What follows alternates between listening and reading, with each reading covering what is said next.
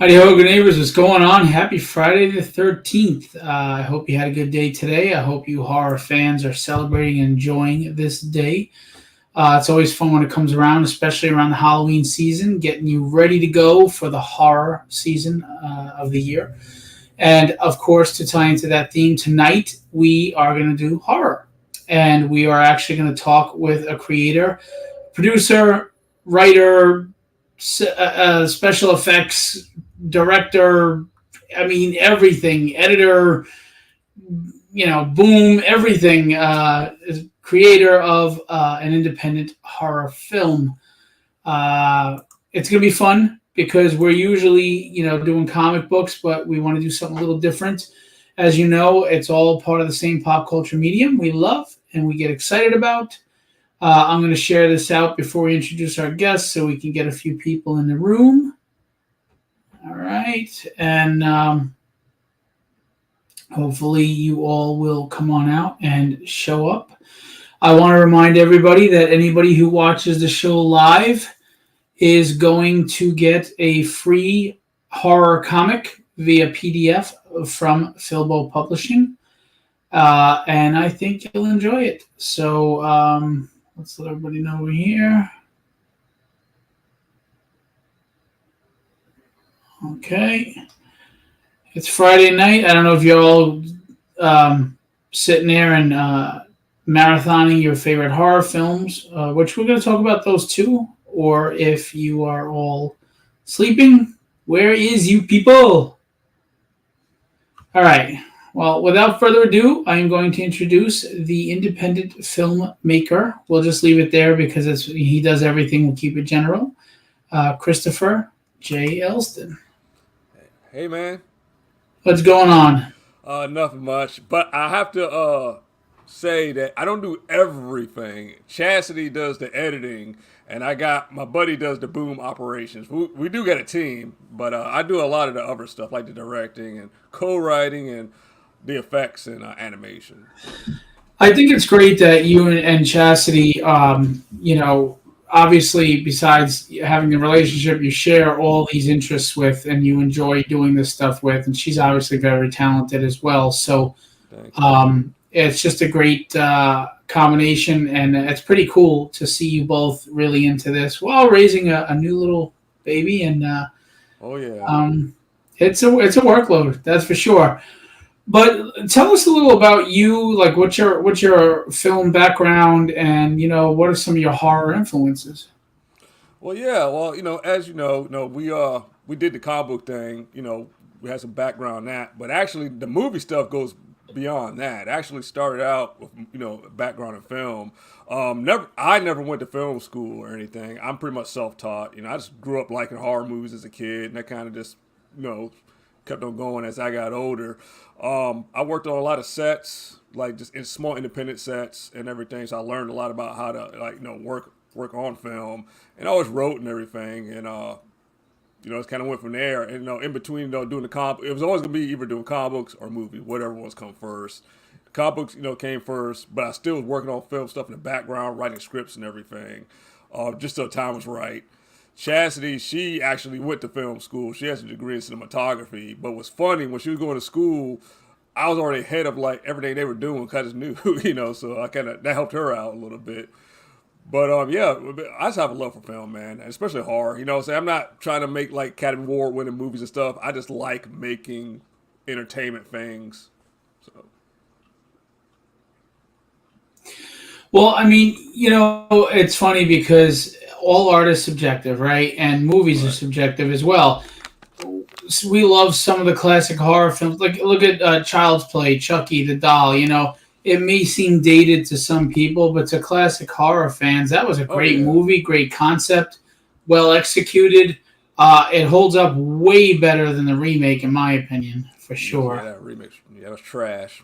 So, I mean, I know. I think you hit a good niche here, though, because I mean, if you thinking about '80s horror, there were so many great, silly but fun, and yet they were horror like Ghoulies and Basket Case and things like that that we all love as classics. So and I think this fits in the genre.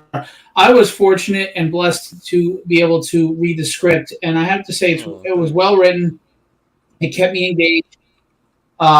It's got its humor and it's got its darkness and it's fun, but not to ruin anything. You also have these little nods to something else greater going on that look like you can really expand this world and get into other stuff at some point. So I thought that was great too. So it's not just on the surface, this superficial, silly monster horror thing. There's something deeper going on that hopefully you will explore later on after the success of this movie. Yeah, hopefully, because the thing is, when I made it, I guess should I tell them now about? Should I go into the pitch? What this thing is? But it's called Me Being Friends. It's about like We're losing you. Oh, can you hear me now? Damn it. Uh oh. Yeah, hang on. I don't know what I'm hardwired and it's saying the connection is unstable. Please explain Okay, that to me. I'm hardwired. Uh, anyway, go ahead. that's all good. Am I good now? Still not good? Yeah, I think there's a delay now. Yeah, there's a little bit of delay on my part, but Plugging into we're your router. good. I am plugged into my router. It's all good. It must it must be one of the ghoulies or something messing with my Wi-Fi. I know, right? La Gremlin. Yeah, that's funny because a lot of people, we watched Gremlins as kids and it's Steven Spielberg, but there's a horror element to that story. Oh no, the first one. Oh, definitely. But there's a whole story behind it. The original plan for Gremlins was it's supposed to be a much more darker film. Um, but it got changed over time to being what it is now. But but ironically enough, Critters Well, and it Ghouls. doesn't get any darker than Dad Dressed as Santa. Oh yeah. That was a weird plot point in it. But Critters and Ghoulies actually was in production before Gremlins. A lot of people don't know that. Damn it. Oh, it's still going out. Wired and it's doing this. I don't understand this. All It's right, all there you good. go. You're back. I'm back Sorry, go now. ahead. You were No, saying? it's all good. Oh no, I was saying Ghoulies and Critters was in Yeah. production before Gremlins even got made. So Oh yeah.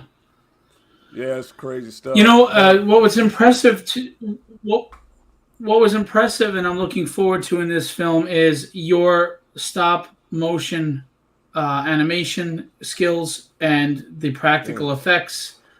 I mean, it's really great stuff. As a matter of fact, I was going to ask you, do you want to send me in DM like the Cthulhu and the other stop motion you did? I could show people kind of what you do. Yeah, I can. Let's see if I can pull that up real quick. But as we're doing, I'll talk. But yeah, like again, the stop motion and stuff. So, what are some of your favorite horror Oh, films? my favorite. I have so many. I guess like basket again, basket cases. As you can see, it's kind of a homage in the movie. That's probably one of my favorite ones, just because it's such a strange little movie, and I like the whole monster in one location type thing, and like Aliens, obviously. I'm a slasher guy. All the old like Friday 13th and Halloween's and stuff. All that. So I'm pretty much all over the place. But the 80s is definitely my soft spot. That's my era. Let's see. Do you have a favorite? I mean, bet you said Basket Case, which is kind of underground, kind of not mainstream. But do you have any other favorite like underground, not maybe so as popular, as popular horror films? Yeah. There's same director, Frank Henenlotter. He did Brain Damage. Yeah. That was a good one. There's a real weird one called The Suckling, which is a low budget 80s horror movie about a couple, like a teenage couple who go to get like an abortion, and they go to like this little like shady clinic, and they drop they flush the fetus down a toilet, and like it falls in the sewer and mutates with toxic waste into a monster. Yeah, Oh my lord. I know it sounds Wow. it's very wild. It's not bad. The monster's very impressive for how low budget this thing was, But that was another good one. I'm drawing a blank. There's been a few of them. There's another movie called The Kindred, and a lot of people don't talk about it anymore. That was a monster movie from the '80s. I remember that. Yeah, I can't find a copy of it. I can find it on YouTube, but I cannot find an actual copy of that dang thing. Let's see. What would you say is the best horror franchise? Best horror franchise. Let me see. I don't know. Evil Dead is one of them. I gotta go with Evil Dead. Friday 13th. Are we talking like consistent, like all the way? It's been pretty much good all the way through, or hits and misses. Pretty much all the way through. For it to be the best, you'd have to say that the majority of films were solid. Yeah, I got to see Evil Dead, Friday 13th. I'm not the biggest Nightmare on Elm Street fan. I like the first few of them, but that was a Saw. Actually, I think Saw wasn't bad. I know a lot of people don't like it. I actually like the Saw franchise, and Scream. Those are a few of them I can think of right now. Yeah, I haven't seen past, I think, Scream 3. Scream 3 is not. I don't like that one, but pretty much all the rest of them are pretty good. Here we Yeah. go. I almost got you, Phil. I'm trying to pull this stupid. No worries. My favorite, maybe I'm just too mainstream and cliche, but my two favorite horror films of all time are the original Halloween and The Thing, which is the remake of The Thing from Outer Space that John Carpenter did. The Thing, to me, had all the elements you want, right? Because it had suspense, horror, the sense of paranoia, the creepy soundtrack that was so simple. It was an isolated background and a scene. You know what I mean? So you felt claustrophobic. It had all the elements of, and then of course it had the gore and things like that. Oh yeah, that's actually. I mean, that's a given too. The Thing is definitely one of my favorite. Especially with the effects. That's some of the best effects. Send it to me in the Facebook DM. I can't pull it from here. Okay. All right. And I don't know. And then the my favorite is that I love about is the end. The ambiguous end. Now people were starting to say, well, Keith David or David Keith. They always get mixed. There's two of them. There's the white actor and the black actor, and they hit. Yeah, the same David name Keith. pretty much. I think it's David Keith. Yeah. Yeah, they say, well, there was no breath, so he was the alien. No, he had a breath. It showed that he had a breath, so you never know what happens with them. So I found that interesting. I thought The Thing was a brilliant movie from start to finish. Oh, it was and my movie Mimi and Friends, there is a Thing homage. Oh, is there? That's cool. That's cool. I don't want to say too much about it. It's probably one of my most proud effects I've done in that movie. So yeah, you'll know when you see it. That's cool. So, I mean, I'm going to, real quick, I'm going to get into Mimi Friends, but I want to show people what you can do with stop motion effects. And, keep in mind, this is on a zero budget, and yet it's still better than some of the crap that they've spent millions on. It's just, it's impressive stuff. I think it's great. Thanks, man. Can I say one thing? Let's check it out. Okay. Yeah. Yeah, because all these stop motions were done they were done in between the while shooting Mimi and Friends. So I did them within the span of a week. So they're quick ones. They're like little warm ups. I didn't have if I had done like an actual fluent minute scene, it would take like several weeks to do each one of these. But I just did them. They're kind of done on the fly just to practice, just to have something to show. But people still like it. So.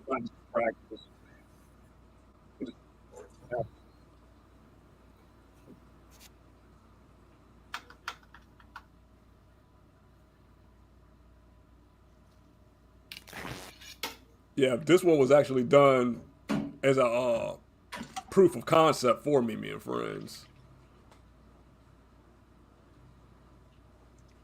Why do people in horror films always touch the disgusting, shitty stuff? I wouldn't. Because we need that moment to make cool sound effects and do close-ups.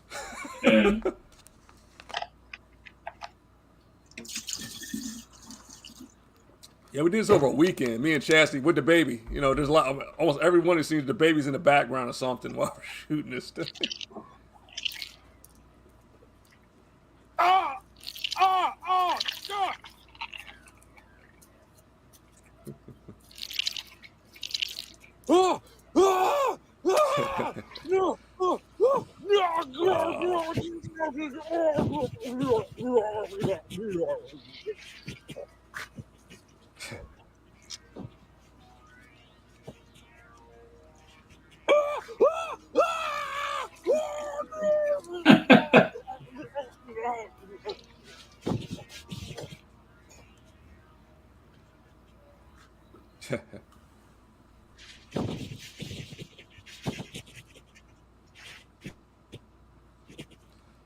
Yeah, that one got a lot of people really liked that one.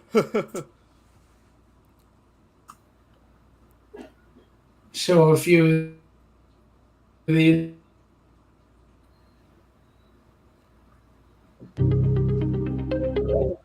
Introducing custom holographic stickers. Oh, that's a commercial.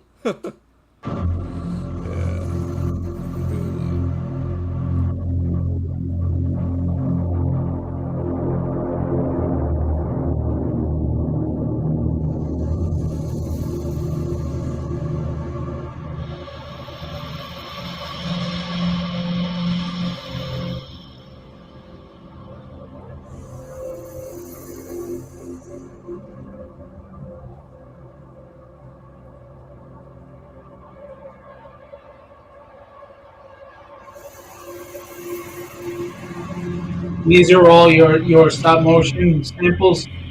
Yeah.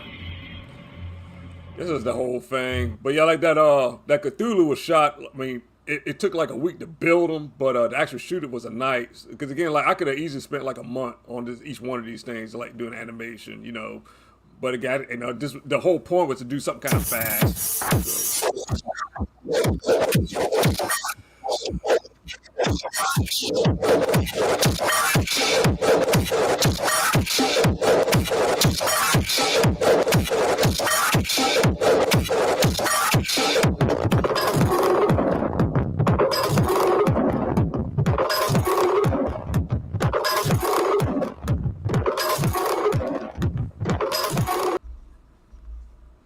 Oh yeah, like I said, it was fun doing like very cool.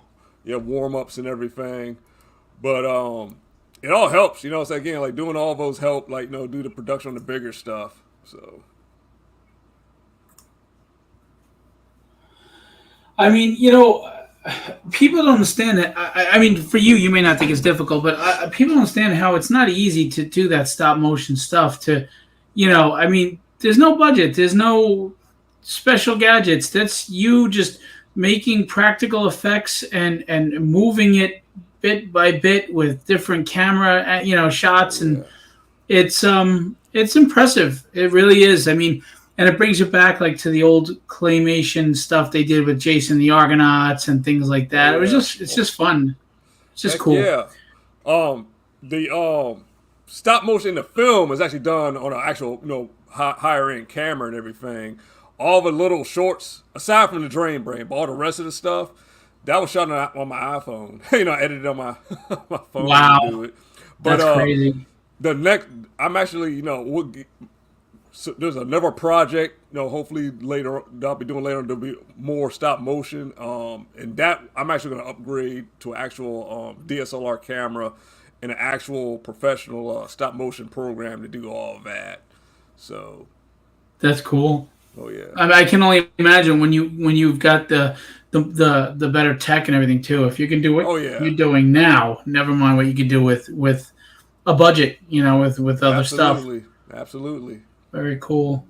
So I had shown my wife the thing for the first time, I think about 5-6 months ago, and she liked it. It was good, and I just remember how gross it was, the famous scene with the spider head. Cool. Yeah, but and again, it goes into the practical effects. Now, a lot of people like CGI. This new generation enjoys CGI, but I think most horror fans really enjoy I mean, maybe a blend, but they really enjoy practical effects, They do. sci-fi and horror. Well, I mean, the thing about it is CG doesn't hold up. I mean, practical effects, no matter got a rubber suit 10 years from now, it'll hold up because it's real. Especially if it's shot well and lit well, it just looks better. I mean, some of the Marvel CG stuff in the last couple films that don't hold up anymore. It's been like a couple of years. It just doesn't work.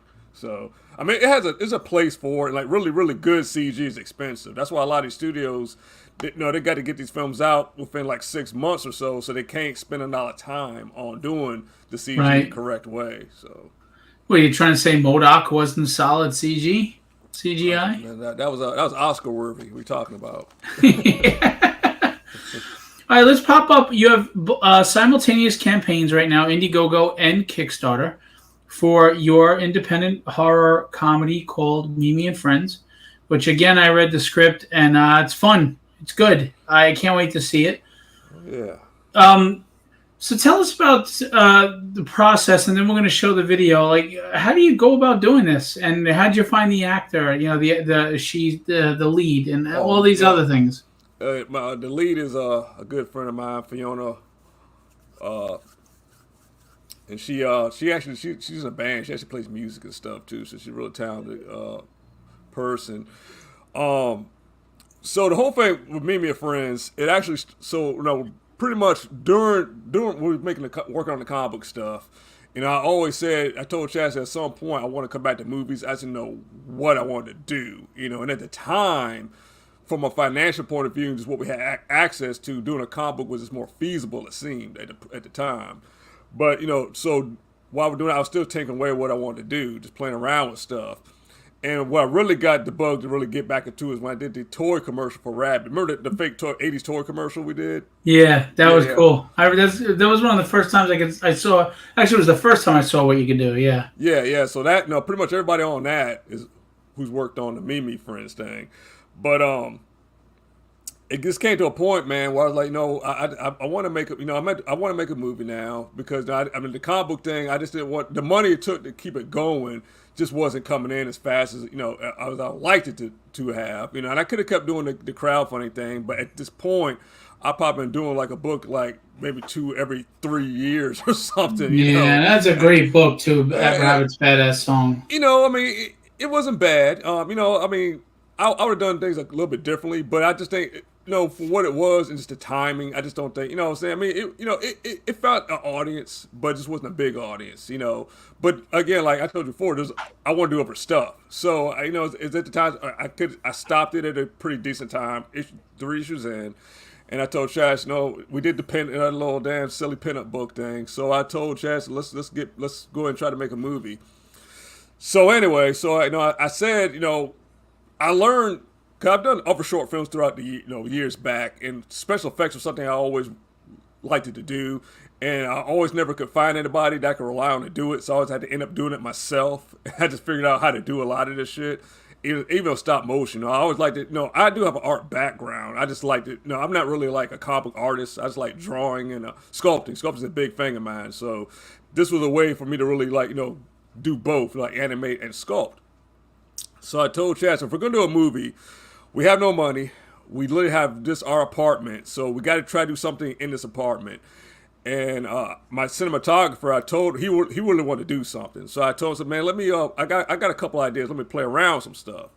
So we did Dr. Drain Brain. And the whole point of this thing was I need to do 3 things. I need to do something with a practical effect, a puppet, and stop motion.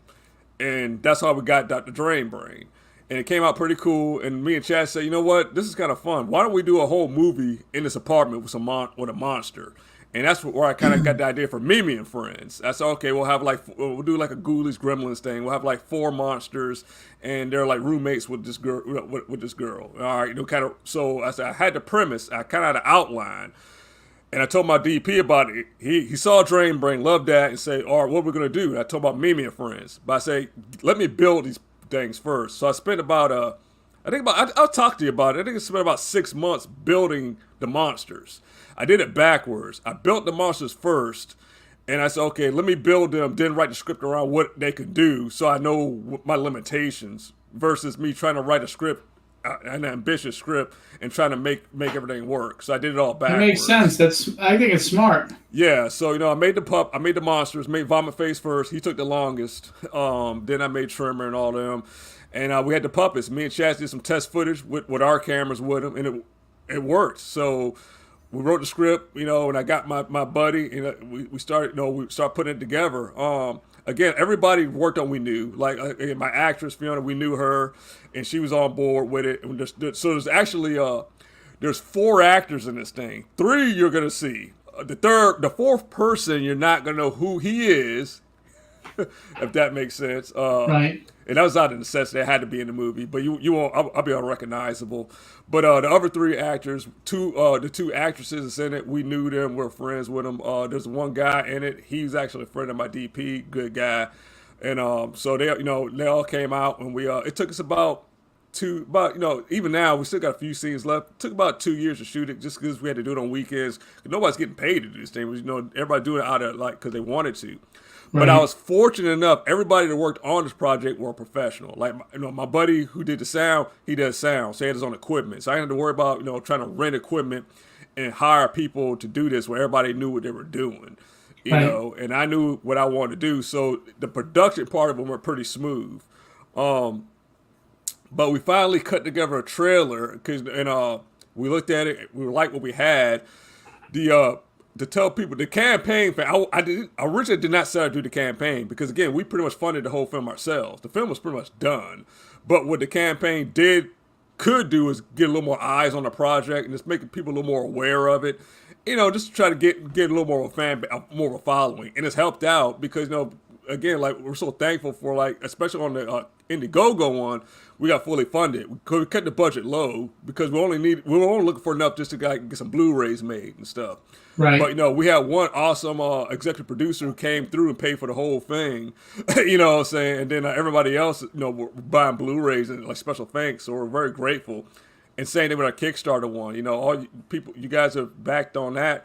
I bought the Blu-rays. And that's pretty much all this is. It's more or less like a pre-order for Blu-rays.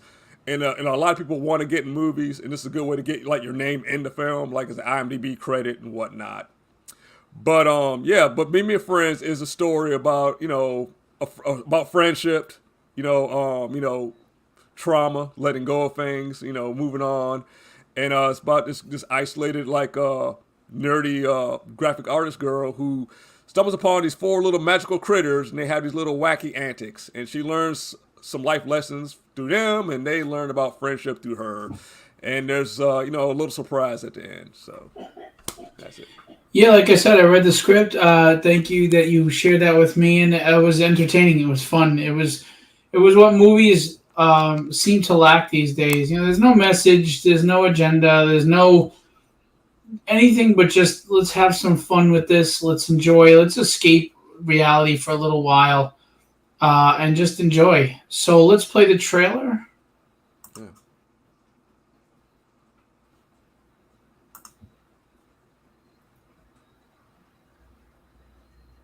I don't know why.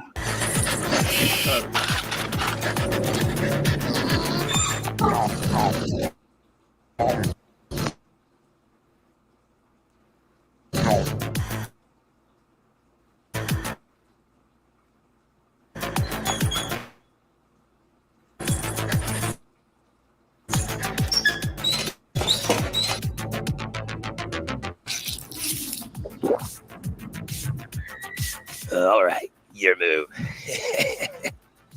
Don't forget Jeffrey. Butternut. Wanna get high? Yeah.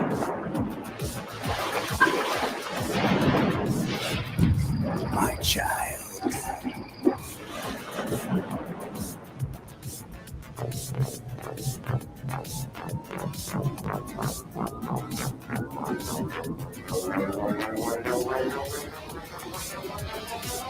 This is fucking bullshit.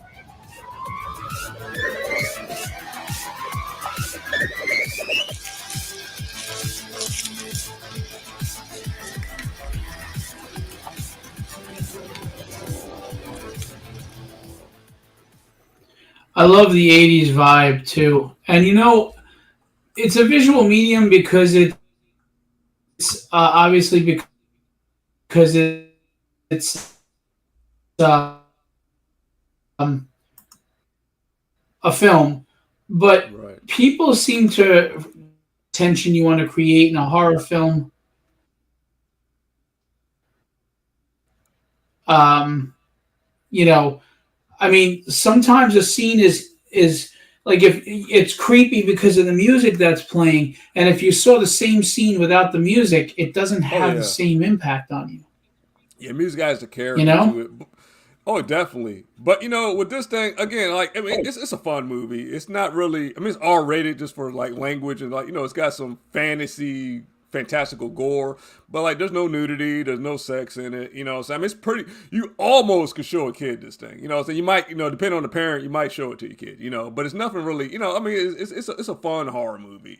Again, a good comparison is like a more R rated version of Gremlins or something. But these like all like the references, like what we're pulling from with the thing. Right. Puppet It's Master, yeah, man. I love the first Puppet Master. oh yeah. There's also Evil Dead 2. There's also a homage to Evil Dead 2 in this movie. Some people may see That's it, some cool. people may not. Oh yeah, because Evil Dead 2 is an amazing horror comedy. Okay, that's just basically a video of you talking about you Yeah. and okay, that's the team. Some of us, yeah, it's the main players, pretty much. Now let's just looking at you get stickers, you've got Rabbit's Bad. Listen, I just want to. I'm very, very, very, very, very sincere when I say this.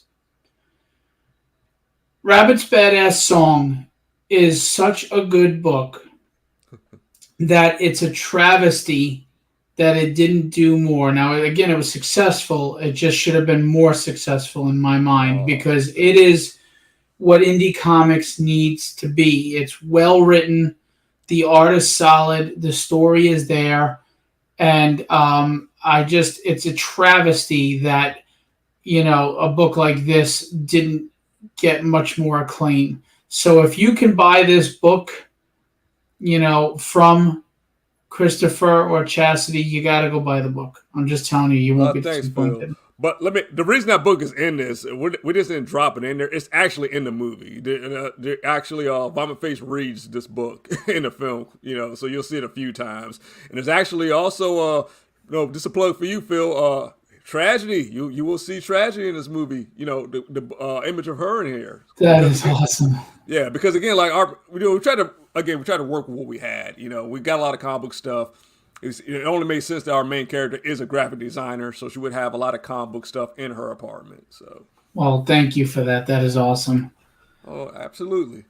You get 11 by 17 movie poster. There's a special thanks. Yeah, that was one pretty good. There's obviously the Blu-ray. There's T-shirts. Now, I'm going to say this about T-shirts. Everybody likes T-shirts. We wear, our favorite bands, our favorite comic book covers, whatever. If you get this Blu-ray and you really enjoy this movie, you got to go buy the shirt. It's promotion, it's marketing, it's advertising. It helps. If you can wear your Iron Maiden shirt with pride, why not wear your Mimi and Friends T-shirt with pride? So you can get an associate producer credit for this tier. And executive producer. Very cool. So, I mean, and that may be, explain to some people why those two tiers might be important or worth it. All right, so the executive producer and the associate producer, again, there's a lot of people who want to get into the film industry, and IMDb is like a page you have to have, and that's pretty much every working person in Hollywood or the film industry has an IMDb page that lists all your credits, and that kind of shows your credibility and everything. And an easy one to do is get say you help produce a movie. That's an easy one to put on your resume, and especially if the movie does very well, you'll be known as the person who was one of the producers on it. You know, and a lot of people, they rather spend the money on that than versus spending triple or quadruple the money making a small short film that goes nowhere. You know, so Right. that's why, you know, they're good perks to have and stuff, and that's all. You know, that's always going to be there. So Very, very cool. And you guys are, you're rocking it. You're doing really well, especially in a time where crowdfunding is a little difficult these days. oh yeah, But you're $1,985, 22 backers, 30 days to go. 198% funded. Right here, pick your perk. That's what you guys want to click. If for whatever reason, because Indiegogo does collect the funds right away, you don't have it yet, you got 30 days, just hit this save for later. And the reason is that way you don't forget, right? I mean, life gets in the way sometimes. You forget. Next thing you know, the campaign's ended and you're like, crap. So this will send you reminders through email. No spamming. Just when it gets close to the end, it'll remind you, hey, did you want to back this? Which is good if you're really interested in. And you guys, it'll be worth it. Believe me, it'll be worth it, and it'll be entertaining. And this is a full-length movie. How long is the movie? Yeah, when it's all said and done, it'll probably be about 70 minutes, 75 to 80 minutes. Won't be too, you know what I'm saying? Just enough. Yeah, so I mean, you're getting your money's worth. It's not like it's this 15-minute short. It's a movie. No, it's a feature. Yeah, exactly. Yeah. Now, what are your plans with this? Any other plans besides the Blu-ray? Oh yeah. So the plan that always was set up was put it on Blu-ray, get on streaming services. I'm not gonna do the traditional distribution route where I try to get it picked up by companies. It's no need to do all that. I'm just gonna upload to Film Hub, and usually how Film Hub works is like you put it up on their platform, and like as long as it has all the correct specs, they will submit it to like Tubi and Amazon Prime and whatever else. And if those places pick it up, they'll stream it, and you'll give a certain percentage to Tubi, and I'm not the Tubi, but the Film Hub, and then the rest comes to you through depending on how the film is like showed out. So that was my main thing. My main goal is to get it on streaming, and hopefully Tubi picks it up, which they probably should pick it up just because of what the film is and what I've seen them do. So that'd be a win for me. Because I know a lot of people will not go to the theater or will buy a Blu-ray. They just want to see it streaming. So I'd rather have it out there for them to have, you know what I'm saying? And we'll do marketing for that as well. The other thing is we will do a limited theatrical run. And that's part of the reason we're doing this crowdfunding too, which we pretty much, that's covering that. We'll show it at a couple different theaters, like one showing at for a night, and we'll do a Q&A and all that, and we'll kind of travel around. We've already got a couple places lined up. We'll probably do one in New York, one in Richmond.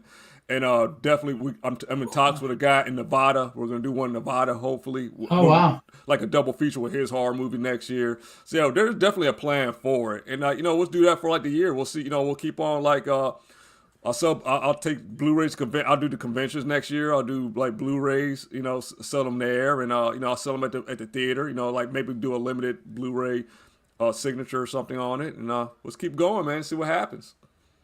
Very cool.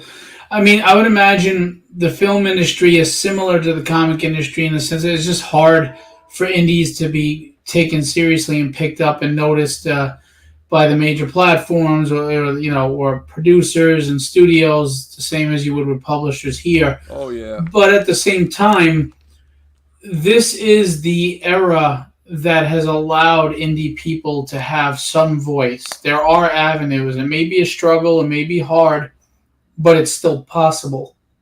And that's not something that was possible 10, 20, 30 years ago. So, no. Very Internet cool. may think. So do you or Chastity make any cameo appearances in the film? Yeah, like I said, so there's Chastity, no. There's 4 actors in this thing. The fourth one is me, and again, you won't know it's me in it. Yeah, it'll be towards the end. It's like but again, that wasn't done out of being like I want to be in the movie. I had it. It was out of necessity. It was either I had to do it, so it just made the most sense. I can't say much more without. Well, if I say what it is, it's going to spoil the movie. But let's just say okay. it's It's a bad guy. We'll say that much. Oh, I know who you're talking about. Yeah. Yeah, Okay. yeah. And who does the voiceover acting? For Vomit Face, it's my buddy who does the doing the sound mix and everything, because he has a really good voice, and he plays in the band and stuff, so he does him. The other thing will be probably somebody you know, but augmented or what yeah. Cool. And meanwhile, if you're not accustomed to Indiegogo, but you're accustomed to Kickstarter, they are on Kickstarter as well. With 26 days to go, $309, 7 backers. And we just played the trailer. Pretty much the same campaign, just a different platform. For those who are more comfortable with Kickstarter, this is where you go. Same perks. And but just, again, whichever you prefer. Yeah, and again, I did a Kickstarter because there's a few people say they wanted to pledge. They just don't. They're purists. They don't do Indiegogo. So I said, why not? That's why Right. goal is super low. We set at $500. Anything. We're more or less looking to get hopefully people will buy Blu-rays on this one. So it's no harm, no foul. Well, my pledge is in. You got mine, that's for sure. And I'm excited to see it. I've been asking about it. I haven't seen any footage other than what everybody else has seen, but I did read the script, which was great. And Chris is, updating me often about, how filming went and what they're on and stuff. And it's been exciting to, for the little part that I've been able to just hear and see what's going on. It's really cool. For those of you who don't know Christopher and Chastity, they're not just kind, good people, the people that you want in any given entertainment industry, rare people in the entertainment industry. But they're people that really are passionate about this. And, it's a good combination, though, because sometimes you have the passion, but the talent is just not there. Someone's passionate about comic books, but the book just isn't professional. That's not the case here. For you to have accomplished what you've accomplished on a zero budget is beyond amazing. And anybody looking at this needs to look deep into just how talented they are, how much work was put into this, from camera angles to the soundtrack, to the stop motion, to the designs, to the acting. And just imagine if you were a studio and you wanted to invest in Christopher and Chastity and put some real money behind them. Imagine what they can do. And that's really, the forest for the trees. But I hope somebody out there really sees this and understands and appreciates the talent that you've put forth, and maybe they invest in you. But if not, in the meantime, we are the investors by going to these crowdfunding platforms and pledging and supporting. And it's really not expensive. It's $40 for them to get the Blu-rays going. Even if you want to just donate, if it's a shirt, if you're not into horror, but you really appreciate what they're trying to do, there is a donate section on these campaign platforms, these crowdfunding platforms. You can do anything from $1 to $5 to $5 million. You can do whatever you want. And again, it all goes to something. If it's $5, it helps. This is a passion play, not nothing else. We love this. We struggle. We work hard for this. Christopher and Chastity are parents. They work jobs. They deal with everything that we deal with, facing health issues and rent and utilities and grocery bills and everything. And yet they want to share this vision with us and all their hard work. And believe me, guys, it's a lot of hard work and coordinating people together and wrangling people together, and directing is hard enough as it is. But when you're doing a lot of the other stuff, and And Chastity, with everything she's doing on this, with editing alone, is so time consuming, and you really have to know what you're doing and pay attention. And she's doing graphic design, everything while raising a child. It's so hard, but I'm glad to see you guys succeeding at it, and I'm glad the crowdfunding is doing well. But guys, let's get them combined. Even 5,000 would be awesome. Let's get them there so that they can really get this vision going. And I'm sorry, I know I'm on a long rant, but I just, I appreciate that. Thank you.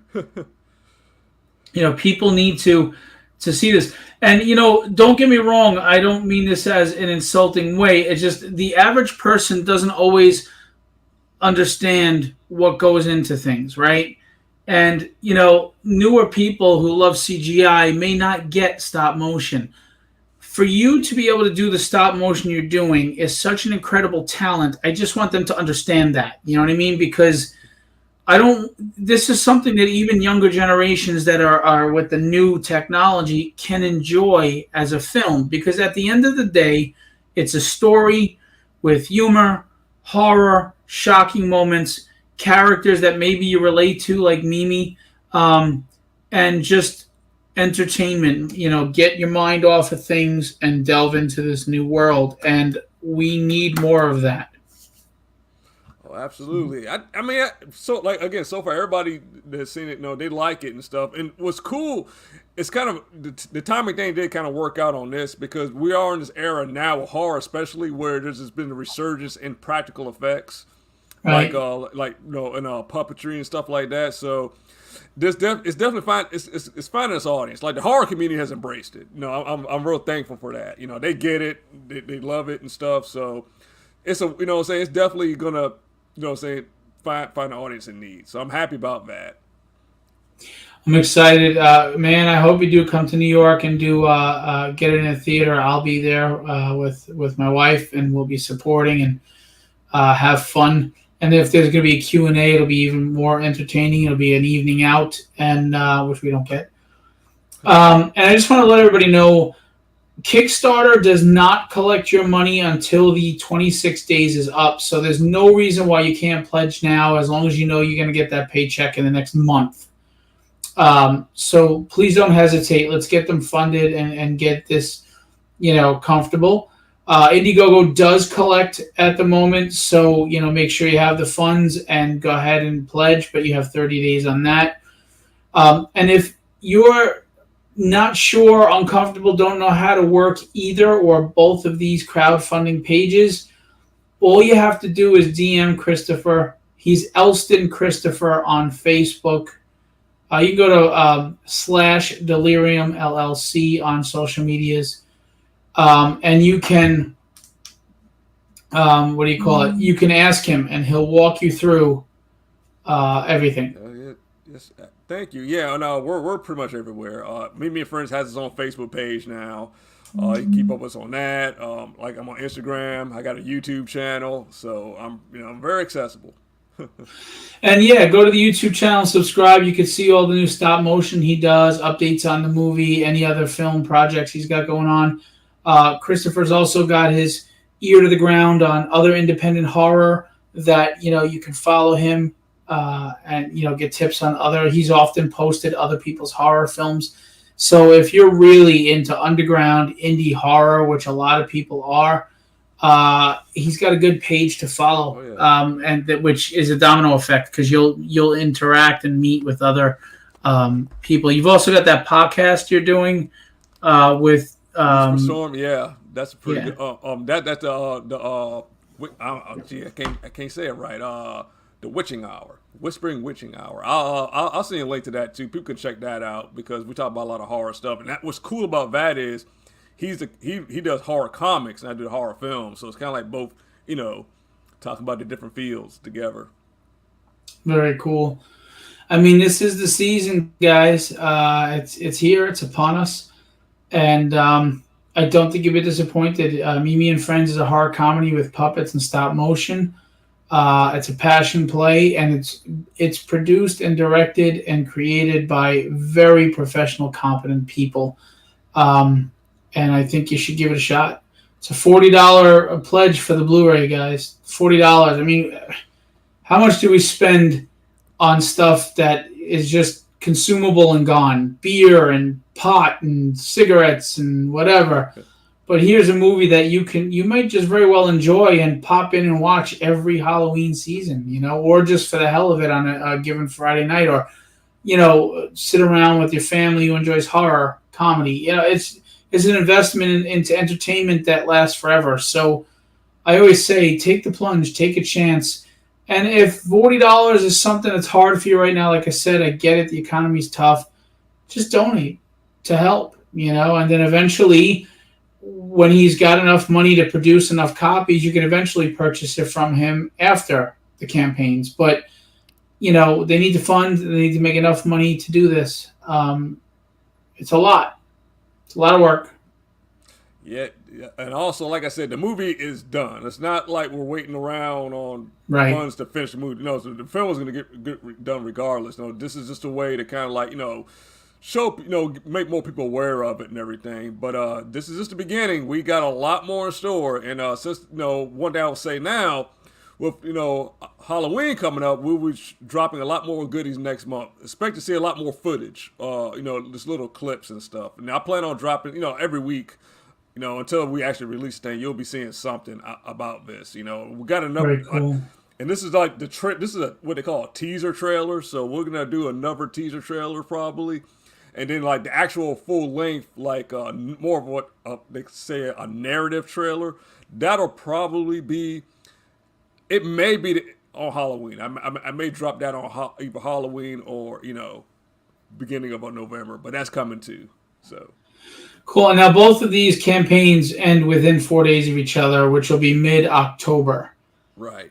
Obviously it takes 2 weeks or so, 2 to 3 weeks to get the money from Kickstarter and Indiegogo.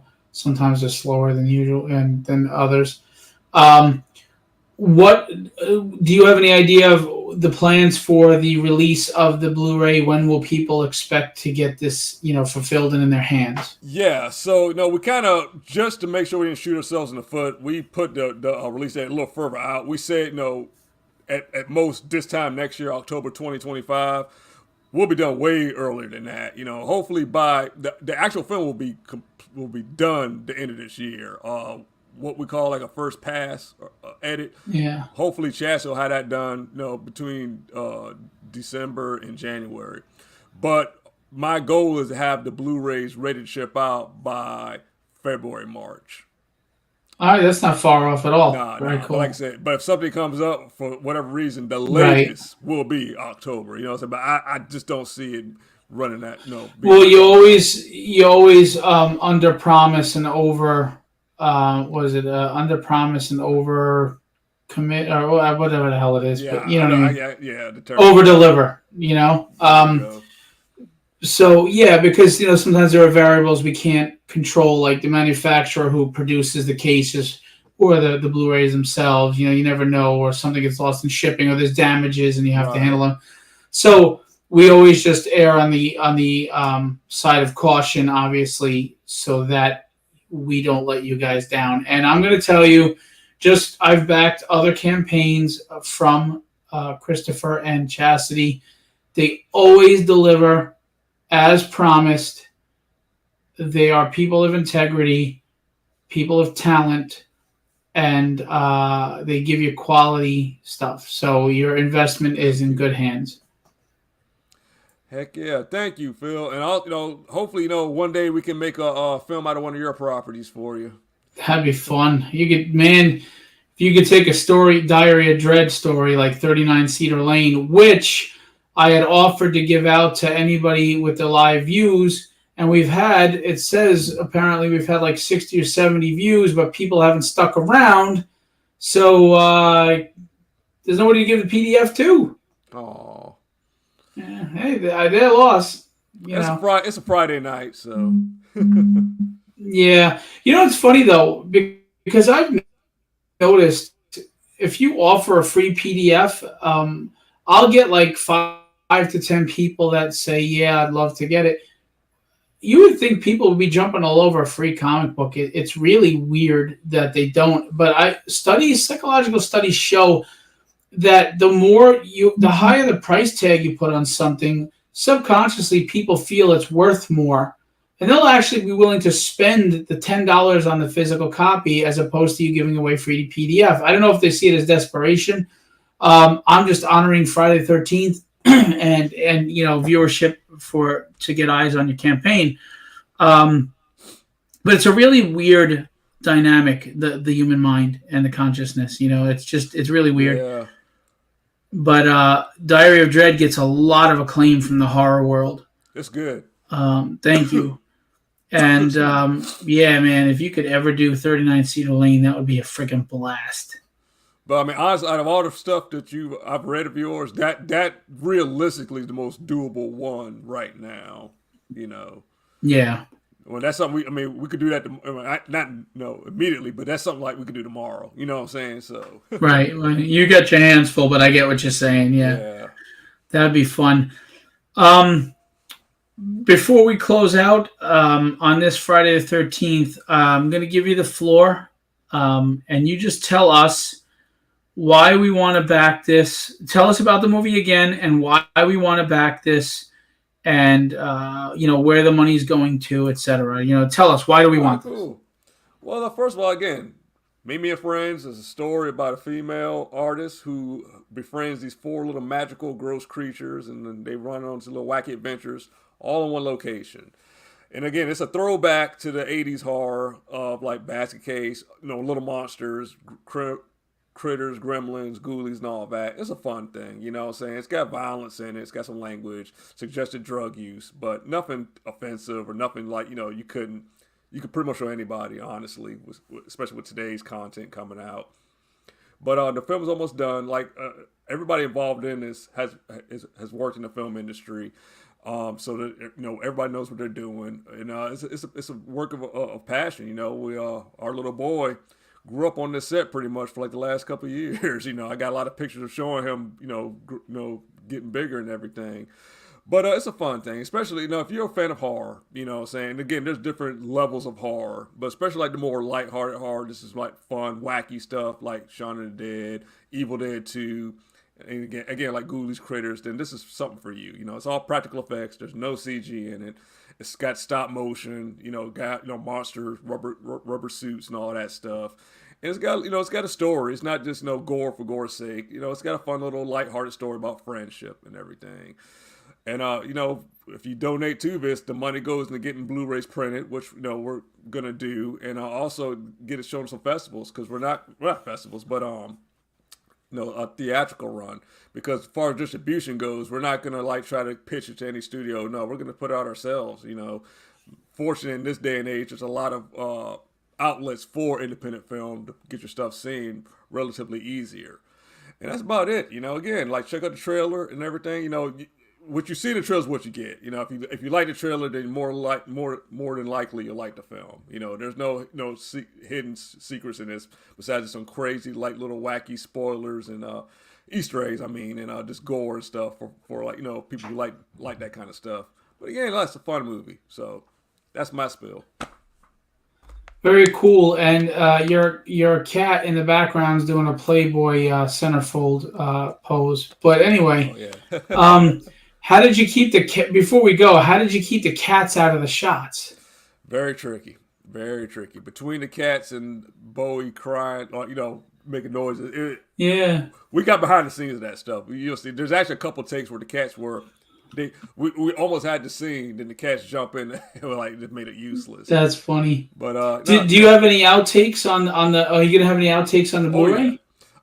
Maybe we'll see. We definitely got outtakes. I don't know if I'll put them on the Blu-ray because we're still trying to figure out if we want to do the bonus features, how we're going to do that.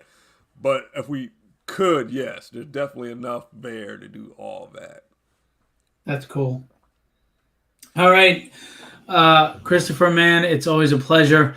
I want to remind everybody again. If you love comics, reach out to Christopher. He's Elston Christopher on Facebook or /Delirium LLC. Reach out to him if you want an awesome indie comic book called Rabbit's Badass Song. I cannot recommend it highly enough. And if you're into independent film, especially horror comedy, you got to pledge, you got to back on these campaigns. Very creative minds, very talented people, him and Chastity. Go check it out. Thanks.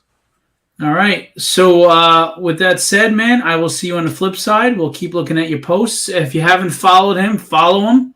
He's going to drop the links in the chat as far as the campaign. The reason why I don't is because it won't pop up on every one of them. It only pops up on the YouTube for some reason. So, interesting. Okay. Yeah. So if you can put it in there, it'll pop up on all the platforms. Okay, cool. All right.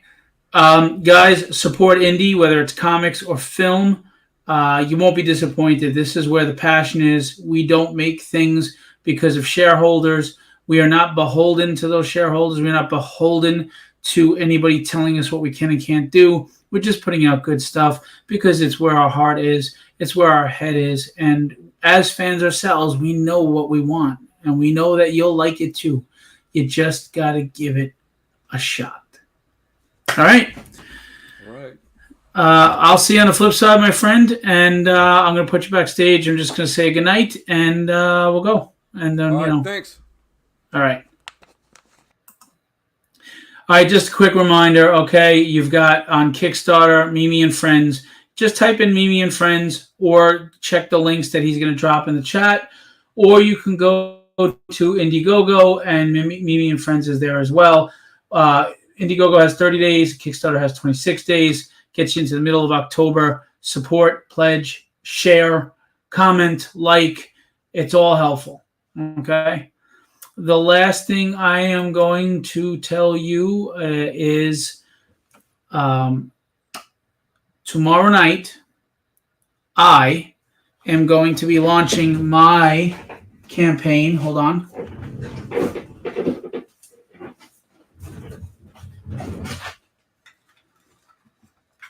And my campaign is for a comic book based on, I have to call them classic monsters. I cannot use copyright terms. A campaign that is an awesome comic that is getting received very well. Here's the original cover by Kevin West, one of the covers. And it's Arcane Syndicate. Basically, the government has its own team. It has several teams, but this is the first introduction of this. It's the Global Protectorate Agency. And they have hired Frankenstein's monster, Count Dracula, a creature from a certain type of body of water, the Mummy, the Wolfman, the Invisible Man, and the Phantom of the Opera as a super team to combat supernatural and arcane threats to the world. Cool stuff. I mean, I've done different things with this that you haven't seen before, I promise you. And you're not going to be disappointed. Monday, I will be on George Medina's Get Your Meds YouTube channel show, and we will be going in-depth into this, showing character design, pages, telling you plot points, really getting you interested in this. But we are launching live tomorrow night, so please come out, view with me, chat with me, support, help us start strong. We know Kickstarter's kind of been rough lately for reader books. But I'm telling you, if you like these classic monsters, if you like superheroes, if you like the idea of an Avengers-type team with these characters, you're going to love it.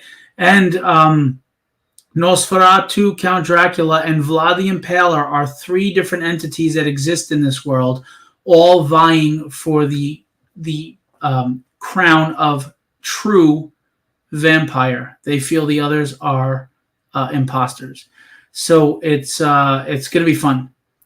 It's going to be a lot of fun. As a matter of fact, it's so much fun that what would happen if Count Dracula got hold of the Book of the Dead? I mean, vampires are all undead, aren't they? Interesting. Anyway, cool stuff coming. So come on out tomorrow night and help support if you could, please. And don't forget Mimi and Friends. Horror comedy movie. All right? All right. I will leave you with what I always leave you with. Be legendary and have fun storm at the castle.